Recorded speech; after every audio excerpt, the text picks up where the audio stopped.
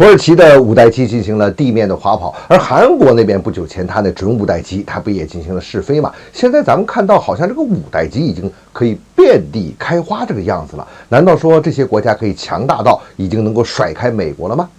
他们呀根本没法和我们中国相比。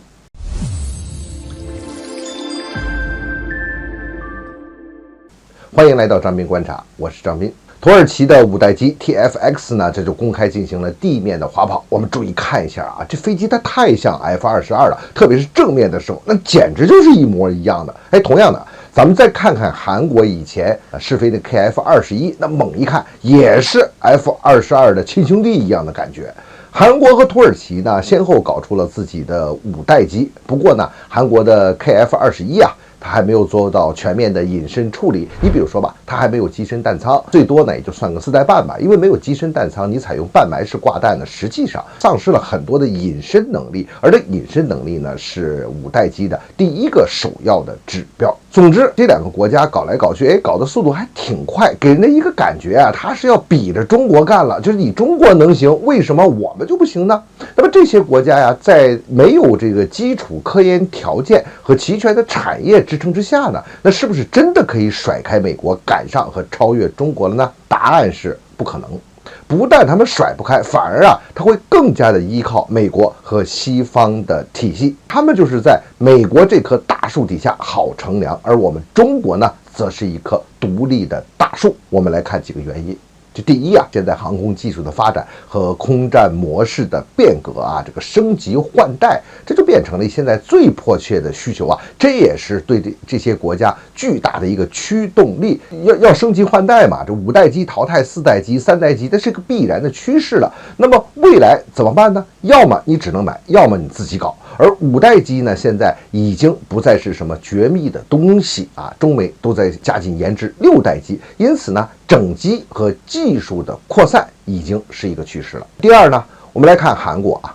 韩国呢全面加入了美国所主导的政治、经济和军事体系。那土耳其呢，虽然和这个西方不对付，特别是跟美国不对付，但是你不管怎么说，它在这个平衡之中啊，它有它的价值。而且我们要注意，土耳其毕竟它也是北约国家，和美国，特别是和欧洲啊，有着这样那样千丝万缕的深层的关系。所以呢，土耳其也能获得美国和西方的技术以及配套的产品。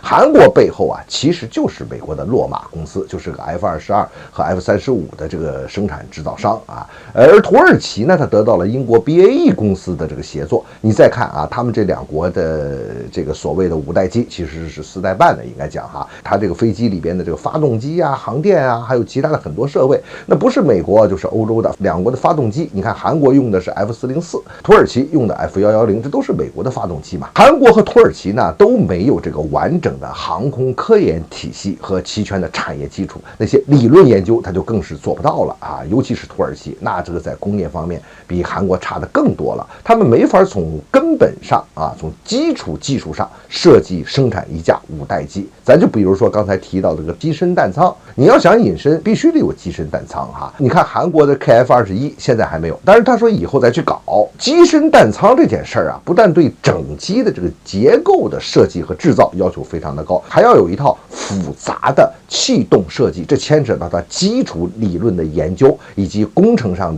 的能力，还有一个就是实验的手段。你看这个飞机啊，如果是中低速的时候，你用这个机身弹舱，肚子上打开舱门盖，你把导弹发射出去，这还好办一些。到高速，甚至是要在超音速的状态下打开这个舱门再发射导弹，这可是一个大事啊！这高速气流对飞机的整个飞行姿态影响非常大，弄不好就会造成极大的危险。这就需要深厚的气动理论研究和工程实验能力，以及工程转化，就是制造能力了。你就做一个基础研究吧，你必须得有必要的条件吧。你比如高速风洞，目前呢能掌握这套技术的也只有中美，俄罗斯呢还是做的是假生饭。但土耳其我们注意到，它现在也在快速的投资去搞它的这个风洞，在这方面看样子它还是有一个长远的计划的。咱们一开始就说啊，土耳其和韩国的五代机，它外形不是很像 F-22吗？这一点都不奇怪。因为他们这两种飞机呢，那就是大量的采用的罗马公司的这个技术方案。洛马公司啊，他当然想多卖点飞机了，五代机这个隐形战机，这是属于战略级的东西，那没有美国政府允许，它是不可能对外销售五代机的。不过呢，洛马公司琢磨琢磨，这个我可以部分的转让技术啊，甚至我搞这个技术打包去这个协助别人开发。去赚钱。其实呢，韩国和土耳其的推出这两个型号，都是跟洛马公司的技术服务是有关系的。而我们中国呢，则是掌握了全套的基纯理论研究、工程转化以及多行业的配套的产业体系。目前呢，全世界也只有2个半国家能有这个水平：中国、美国。这半个国家呢，就是俄罗斯这土耳其和韩国在这方面那是根本没法比的。